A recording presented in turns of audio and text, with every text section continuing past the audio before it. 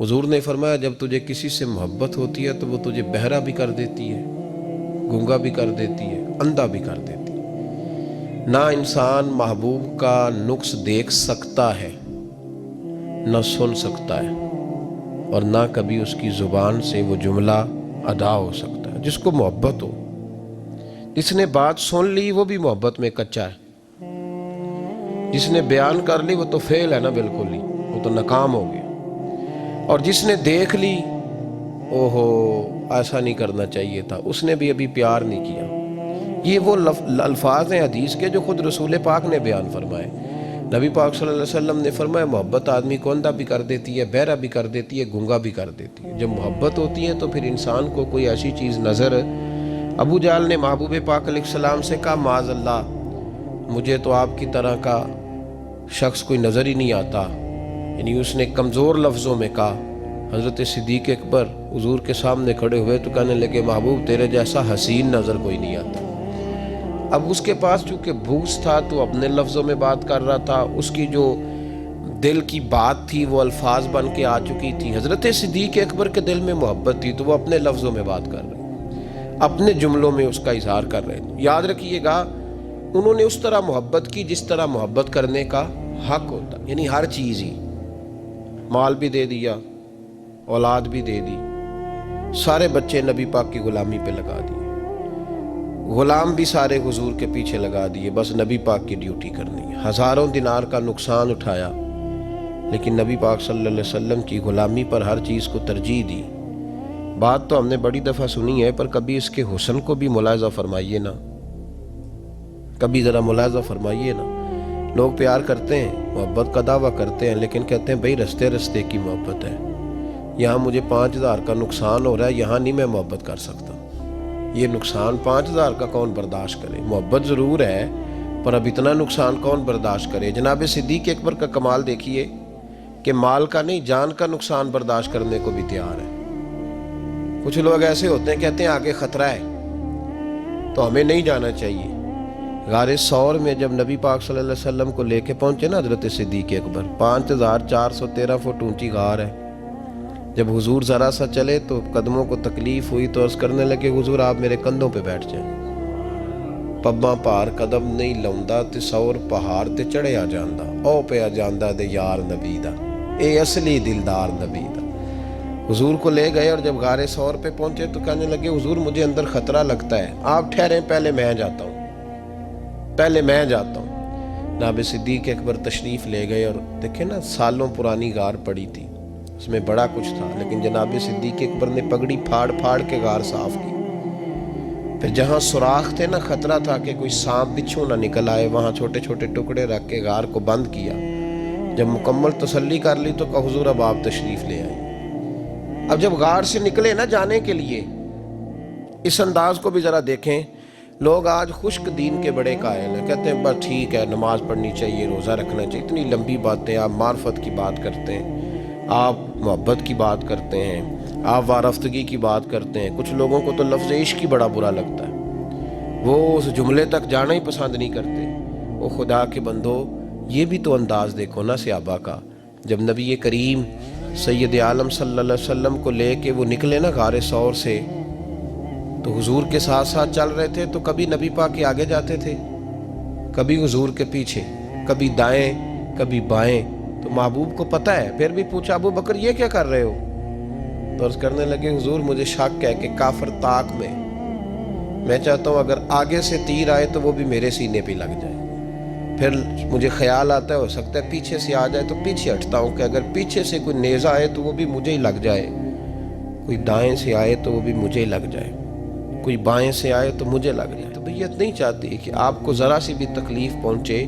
یہ ذائقہ جب نبی پاک کے لیے لوگوں کے دلوں میں پیدا ہوتا ہے تو پھر اللہ تبارک و تعالیٰ دین کی روشنی روح تک عطا فرما دیتا ہے۔ امام فخر الدین رازی نے لکھا ہے، سینکڑوں سال پہلے کے مفسر، اب تو لوگ سارا کچھ کھاتے میں ڈال دیتے ہیں نا کچھ مخصوص لوگوں کی۔ امام فخر الدین رازی نے لکھا، دیکھیں بات بڑی سادی سی ہے لیکن حضرت ابوبکر صدیق کا بھی اپنا ذائقہ ہے۔ حضور نے انگوٹھی دی، کہا جاؤ اس انگوٹھی پہ نا اللہ کا نام لکھوا لاؤ۔ پہلے یہ بتائیے کہ چھوٹے چھوٹے کام اتنے بڑے بڑے لوگوں کو بھی بتائے جاتے ہیں؟ یہاں تو پانی پلانے کے لیے اور بندہ ہوتا ہے، جو تھوڑا سیانا ہوتا ہے وہ کہتا ہے یہ میری ڈیوٹی تو نہیں نا، میں تو صاحب ہوں، مجھے تو خود میں آیا ہوں مجھے پانی پلایا جائے، آپ یہ کیا کہہ رہے ہیں میں پانی پلاؤں؟ حضرت ابو بکر صدیق رضی اللہ تعالیٰ عنہ کو نبی پاک کام بتاتے تھے، اپنے ذاتی چھوٹے کام جو کوئی بچہ بھی کر کے آ سکتا ہے، لیکن یہ بھی میرے محبوب کی محبت ہے، فرمایا جو میری ذات کے تعلق سے کام ہوگا وہ میرا ابو بکر ہی کر کے آئے گا۔ جناب صدیق اکبر کو انگوٹھی دی، فرمایا جاؤ اس پہ اللہ کا نام لکھوا لاؤ۔ امام فخر الدین رازی نے لکھا ہے جناب صدیق اکبر گئے، کہتے ہیں میں نے لکھنے والے سے کہا کہ اللہ کا نام لکھ دو، پھر میری طبیعت نے گوارا نہ کیا کہ صرف اللہ کا لکھاؤ، میں نے کہا یار اس طرح کرو ساتھ میرے مصطفیٰ کا بھی لکھ دو۔ حضور کا حکم کیا ہے؟ تو حضرت ابو بکر کیا کہتے ہیں؟ یہاں لوگوں کو بڑا شکوہ ہے، کہتے ہیں آپ جناب بڑھا کے حضور کی شانے بے اتنی بات کہو جتنی ہے، حد میں رکھو۔ اور میں نے کہا بیوقوف تو حضور کی حد بتا دے نا، ہم وہیں تک رہ جائیں گے۔ بالغ العلا بے کمال ہی کشف الدجا بے جمال حسنت جمیع خصال صلو علیہ وآلہ، تو حد بتا ہم حد تک رہیں گے۔ نبی پاک صلی اللہ علیہ وسلم نے کہا میرا نام لکھو، اللہ کا نام لکھواؤ۔ جناب صدیق اکبر نے ساتھ حضور کا بھی لکھوا لیا۔ واپس لائے نا، حضور کو انگوٹھی دی تو اس پہ لکھا تھا اللہ، محمد اور ابو بکر۔ تو حضور نے فرمایا ابو بکر یہ تو نے کیا کیا ہے؟ میں نے کہا تھا اللہ کا لکھوا لا، تو میرا بھی لکھوا لایا اپنا بھی۔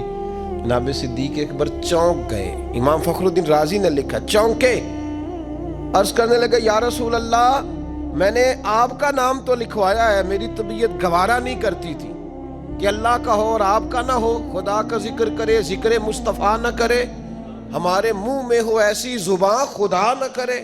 کہا حضور اللہ کا نام تو آپ نے کہا تھا اور میں نے ساتھ گوارا نہیں کیا کہ آپ کا نہ ہو، تو میں نے لکھوا لیا ہے، باقی اپنا میں نے نہیں لکھوایا حضور، واللہ میں نے نہیں لکھوایا۔ محبوب ابھی بات سو نہیں رہے تھے کہ جبریل امین حاضر ہو گئے، عرض کرنے لگے یا رسول اللہ رب فرماتا ہے ابو بکر گوارا نہیں کرتا کہ میرے نام سے آپ کا نام جدا ہو، تو رب گوارا نہیں کرتا کہ آپ کے نام سے ابو بکر کا نام جدا ہو، لہذا ابو بکر نے آپ کا لکھوایا ہے اور ابو بکر کا رب کریم نے لکھوا دیا ہے۔ تو بھائی محبت جب یہ روپ اختیار کرتی ہے تو اعلیٰ حضرت پھر بول اٹھتے ہیں، فرماتے ہیں اگر مصطفیٰ جیسا پیر کوئی نہیں تو پھر ابو بکر جیسا مرید بھی کوئی نہیں۔ حضرت ابو بکر صدیق سے کسی نے پوچھا آپ کی پسند کیا ہے؟ کہنے لگے ایک میری پسند یہ ہے کہ میری بیٹی مصطفیٰ کے گھر میں جائے اور حضور کی نوکری کرتی رہے، اور یا ابو بکر دوسری، فرمایا دوسری پسند یہ ہے کہ رب مجھے مال دیتا رہے اور میں محبوب کے قدموں پہ قربان کرتا رہوں، تو تیسری، فرمایا تیسری پسند یہ ہے کہ النظر الی وجہ رسول اللہ، حضور بیٹھے رہیں اور میں حضور کے چہرے کا دیدار کرتا رہوں، یہ میری پسند۔ انہوں نے اپنی زندگی ڈھال لی تھی نبی پاک کی غلامی، ڈھال لیا تھا اپنے آپ، اس لیے مطمع نظر ہی ایک تھا، زاویہ نگاہ ہی ایک تھا، سوچ ایک کی طرف رہتی تھی، دائیں بائیں جاتی نہیں۔ میرے بھائی جب محبت خالص کرنی ہے تو میرے اسا فرمایا کرتے تھے کسی نے حضور کا عشق سیکھنا ہے تو جناب صدیق اکبر سے سیکھے، ان سے سیکھو حضور سے محبت کس طرح کرنی، انہوں نے غلامی کس طرح کا انداز۔ ایک دن بیٹھے بیٹھے نا ایسے مسجد میں بیٹھے ہوئے تھے تو اچانک اٹھے، ہوش مند آدمی تھے، دانا آدمی تھے، بڑی ڈیوٹی کرنے اٹھے، تو جو ملک شام کی طرف رستہ جاتا تھا نا مدینے کا، اس رستے جانے لگے۔ امیر المومنین حضرت ابو بکر صدیق جاتے جا رہے ہیں، تھوڑی دیر گزری تو کچھ صحابہ نے کہا حضور آپ کدھر جا رہے ہیں؟ ہم بھی پیچھے پیچھے، کدھر جانا ہے؟ تو پلٹے تو رو پڑے، کہنے لگے ایک دفعہ نبی پاک صلی اللہ علیہ وسلم کئی دن کے بعد نظر نہیں آئے تھے، پھر حضور ادھر سے تشریف لائے، تو میرے دل میں خیال آیا شاید آج بھی حضور ادھر سے آ جائیں، تو میں چلا سب روگاں دا روگ محمد جس دا نام وچھوڑا۔ کہا میں جب بہت علیل ہوئے نا حضرت صدیق اکبر، تو جناب عمر فاروق رضی اللہ تعالیٰ انہوں نے ایک طبیب بلایا ملک شام سے، کہا اسے دیکھو تو صحیح، روز بروز کمزور ہوتے جا رہے ہیں۔ تو طبیب دیکھ کے کہنے لگا مرض تو کوئی نہیں لیکن ان کا دل بے چین ہے، ان کی روح پریشان ہے، یہ کسی سے بچھڑے ہوئے لگتے ہیں، تو حضرت عمر کہنے لگے صدیق کیا بات ہے یار، کس سے بچھڑے ہو؟ تو جناب ابو بکر نے آنکھ کھول کے دیکھا، فرمایا تجھے تو جیسے پتہ ہی نہیں، تمہیں تو جیسے خبر ہی نہیں۔ تو حضرت عمر بھی رو پڑے، بھائی محبت کی تو ٹوٹ کے نبی پاک صلی اللہ علیہ وسلم کے ساتھ ان کی وفاؤں کا رشتہ رہا تو پھر حد درجے کا رہا، ہر چیز قربان کی۔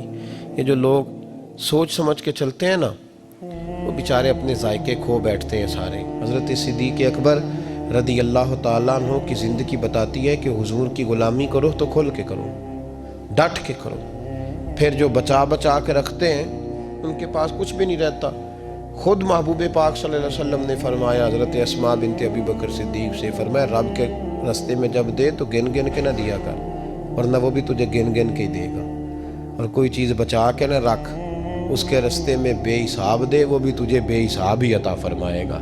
ہم محبت میں بھی کنجوسی کرتے ہیں، سوچ سمجھ کے تھوڑی سی، تو وہ کس طرح کی محبت ہے جس میں بندہ سوچ رہا ہے، غور کر رہا ہے، ارادہ کر رہا ہے، تیاری کر رہا ہے، دیکھ رہا ہے، پرکھ رہا ہے، وہ کیسے آگے بڑھے گا؟ غلامی تو غلامی ہوتی ہے، غلاموں کی سوچیں اپنی نہیں ہوتی، سوچیں بھی غلام ہوتی ہیں۔ غلام جو ہوتے ہیں وہ اپنے محبوب کی رضا کی طرف توجہ رکھتے ہیں، دائیں بائیں لوٹ کر پلٹ کر ان کا مزاج نہیں ہوتا۔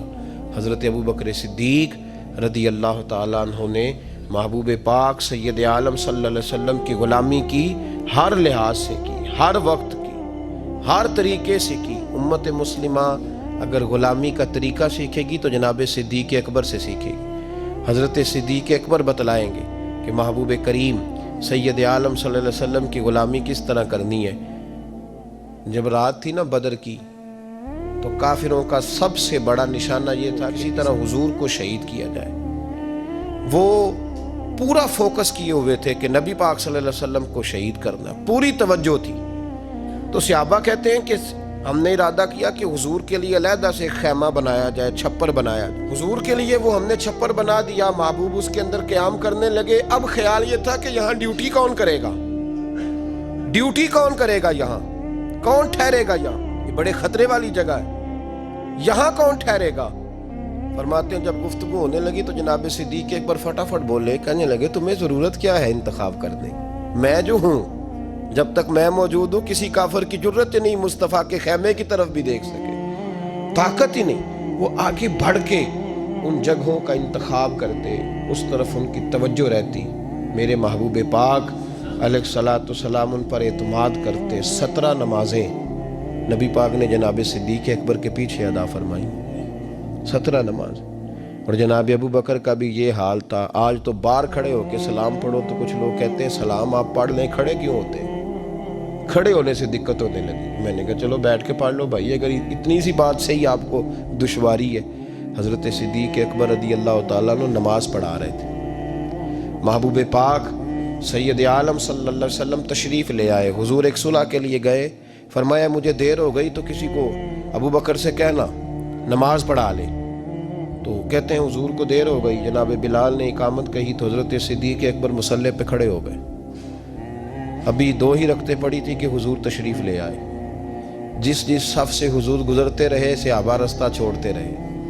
دوران نماز ہی محبوب پہلی صف کے قریب آئے تو جناب صدیق اکبر نے قدم پیچھے ہٹایا، عین نماز میں، عین نماز۔ حضور نے فرمایا ابو بکر مکمل کرو نماز، پھر قدم ہٹایا، تیسری دفعہ پھر کہا، پھر قدم ہٹایا۔ جناب صدیق اکبر پیچھے ہٹ گئے۔ محبوب نے نماز مکمل کرائی اور فرمایا میں نے جب کہا تھا مکمل کراؤ تو کیوں نہیں کرائی؟ تو کیا خوبصورت انداز ہے۔ کہنے لگے یا رسول اللہ، اب ابو قحافہ کے بیٹی کی اتنی جرت تو نہیں نا کہ مصطفیٰ کا امام ہی بن جائے، اتنی جرت تو نہیں نا۔ تو عزیز یاد رکھیں، حضرت ابو بکر صدیق نے حضور کی تعظیم کی، نبی پاک کا ادب کیا۔ وہ جو لوگ کہتے ہیں نا زیادہ قریب رہنے سے محبت کم ہو جاتی ہے، حضرت صدیق اکبر نے اس فلسفے کو بھی غلط ثابت کر دیا۔ انہوں نے ثابت کیا ہے کہ محبت خالص ہونی چاہیے۔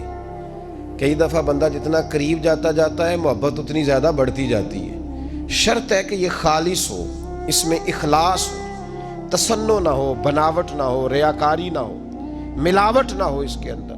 ایک دن نبی پاک صلی اللہ علیہ وسلم حضرت ابو ہریرہ اور صحابہ بیٹھے تھے تو محبوب علیہ الصلوۃ والسلام نے فرمایا بھئی ذرا نا وقفے سے ملا کرو، محبت بڑھتی ہے، وقفے سے ملا کرو۔ قدر کھو دیتا ہے یہ ہر روز کا آنا جانا، بڑی دلچسپ ہوتی ہیں بے ترتیب ملاقاتیں، تو کہا ذرا وقفے سے ملا کرو، محبت بڑھتی ہے۔ تو ٹھیک ہے یا رسول اللہ صلی اللہ علیہ وسلم۔ تو حضرت ابو بکر صدیق بھی ایک دن پورا نہ آئے، جب بات ہو رہی تھی وہ بھی بیٹھے ہوئے تھے مجمع میں، ایک دن پورا نہ آئے۔ اگلی صبح حضور نے پوچھا ابو بکر کہاں تھے؟ عرض کی حضور آپ نے تو کہا تھا وقفے سے ملا کریں۔ فرمایا وہ دوسروں کے لیے کہا تھا، تیرے لیے نہیں کہا تھا، تو روز ملا کر، پابندی سے ملا کر، توجہ سے ملا کر، وہ تیرے لیے بات نہیں کہی، وہ کوئی اور ہے۔ جو قریب رہیں تو قدر کم ہوتی ہے۔ ابو بکر صدیق تو محبوب کے ساتھ مکے میں بھی ساتھ، بدر میں بھی، احد میں بھی، غار ثور میں بھی، اور دیکھیے 1400 سال ہونے کے ہیں وہ مزار میں بھی مصطفیٰ کے ساتھ ہی آرام کر رہے ہیں، تو وہاں بھی ساتھ ہے۔ پانی پرن سہیلیاں رنگا رنگ کڑے، اسی تے پریا اس دا جانیے جس دا توڑ چڑھے۔ درد منداں نوں یاد سجن دی ستیاں بھی آن جگاوے۔ اور ساون کی کالی راتوں میں جب بوندا باندی ہوتی ہے، وہ راتوں کو اٹھ اٹھ روتے ہیں جب خلقت ساری سوتی ہے۔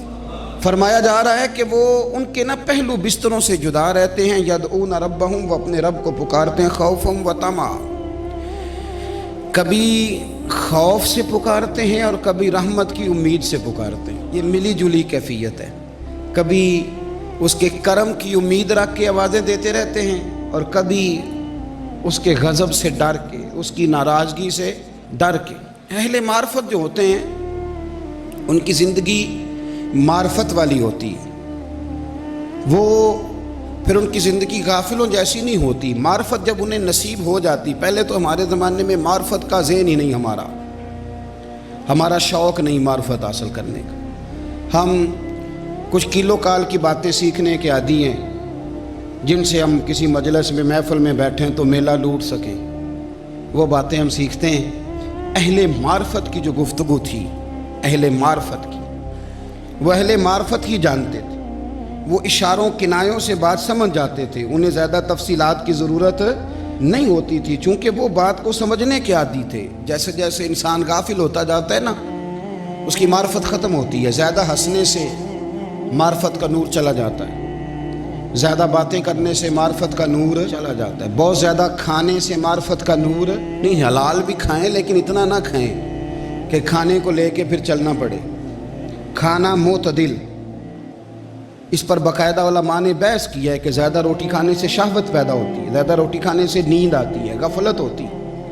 یہ جو مزاج بن گیا نا مرضی کا کھانا اور پھر کھاتے ہی جانا، یعنی صبح ناشتہ کرنا اور پھر دوپہر کے لیے اسی وقت چھوٹا گوشت لے آنا اور لا کے دے دینا، اور چھوٹا گوشت ابھی پک رہا ہو گھر میں اور کھانے کی تیاری ہو تو شام کے لیے پروگرام بنا لینا کہ آج روٹی گھر سے نہیں کھانی، آج تکے کباب کھانے ہیں، تو اس سے غفلت پیدا ہوتی۔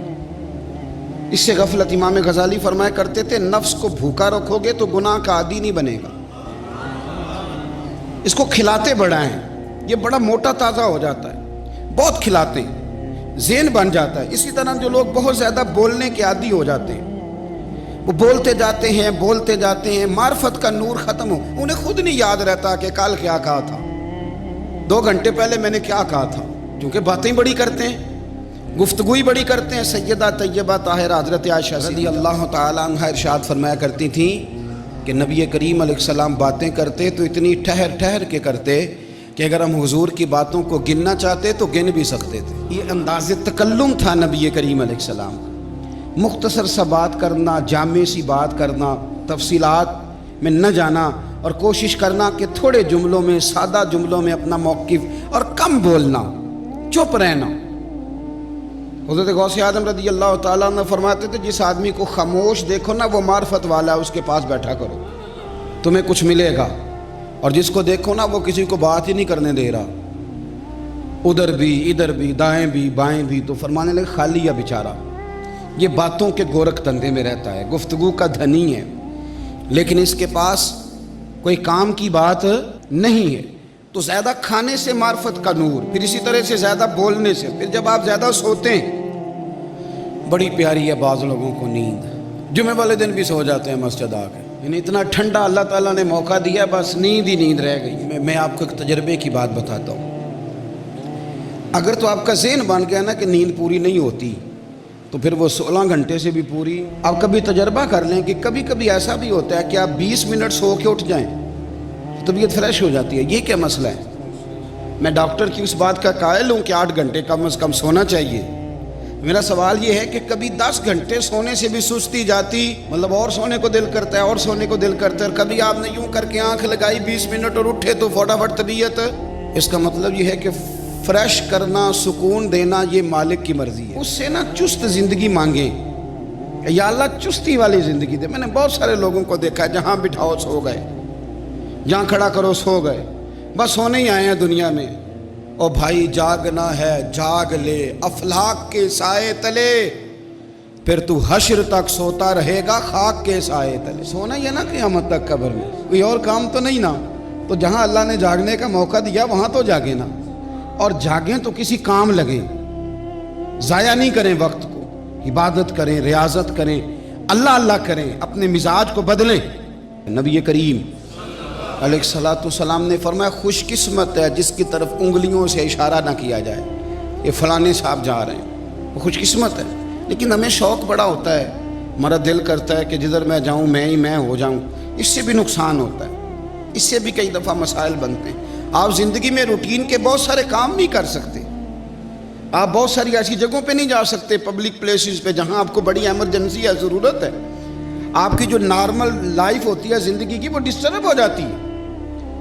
جب آپ بہت زیادہ ایسے ہائی لائٹ ہو جاتے ہیں زمانے میں, تو اہل معرفت چھپنے کی کوشش کرتے ہیں, اپنے آپ کو بچاتے. ڈھونڈتا پھرتا ہوں اے اقبال اپنے آپ کو, آپ ہی گویا مسافر آپ ہی منزل ہوں میں. اسی طریقے سے جو لوگ خدا نخواستہ خاکم بدہن رزق حرام کماتے ہیں ان کی بھی معرفت چلی جاتی ہے. حضرت بایزید بسطامی رحمۃ اللہ علیہ فرماتے ہیں کہ اگر ایک لقمہ کوئی بندہ حرام کا کھا لینا, ایک لقمہ, پوری روٹی نہیں, 2 روٹیاں نہیں, پورا مرغا نہیں, بکرا نہیں, سارا ایک لقمہ کوئی حرام کا کھا لے تو 40 دن تک اسے نماز کی لذت نہیں آئے گی, 40 دن تک مزہ نہیں آئے گا نماز کا. اب یہ سوال ایک ایسا عجیب ہے کہ جب لوگ آ کے کہتے ہیں مجھے نماز میں لذت نہیں آ رہی, تو اب یہ جملہ بتاتے ہوئے ڈر آتا ہے. آپ یہ بات کیسے کسی کو کر سکتے ہیں, سوال ہی نہیں پیدا ہوتا. لیکن حضرت بایزید بسطامی فرماتے اپنا رزق تلاش کر. اگر ایک لقمہ, آپ بات کو سمجھیں نا, اور انہوں نے بڑے طریقے سے سمجھایا ہے. وہ کہتے ہیں کہ اگر آپ بہت زیادہ تیز مسالے والی چیز کھا لیں تو آپ کے وجود کو ڈسٹرب نہیں کر دیتے. بہت زیادہ اس میں مرچیں ہوں تو تنگ کرتی ہے کہ نہیں, لکھنے میں, پڑھنے میں, بولنے میں آپ کو تکلیف کرتی ہے. بہت گرم گرم کھا لی تو چھالے نکل آتے ہیں. تو فرماتے ہیں اسی طرح جب حرام کھاتے ہو تو وہ بھی اپنا ایک اثر رکھتا ہے, وہ پھر تکلیف کرتا ہے, معرفت چلی جاتی. اہل معرفت کون لوگ تھے؟ باتیں تھوڑی کرتے تھے, نیند تھوڑی رکھتے تھے, اور رزق حلال کھاتے تھے, اور ان کی زندگی کا معیار اور سٹیٹس یہ تھا کہ وہ زیادہ سے زیادہ نیکیاں جمع کرنا چاہتے تھے. اور ایک اور بات بھی, جن لوگوں کی زیادہ شہرت ہو جاتی ہے نا, زیادہ شہرت, اور جو شہرت کے خواہش مند ہوتے ہیں ان سے بھی کئی دفعہ معرفت چلی جاتی ہے. جو آدمی چھپا رہتا ہے نا, یا چھپنے کی کوشش کرتا ہے, وہ اقبال نے کہا تھا تو نے یہ کیا عجب کیا, مجھ کو بھی فاش کر دیا, میں ہی تو ایک راز تھا سینہ کائنات میں. کبھی کبھی نا انسان چھپا رہے نا کونوں میں تو بچا رہتا.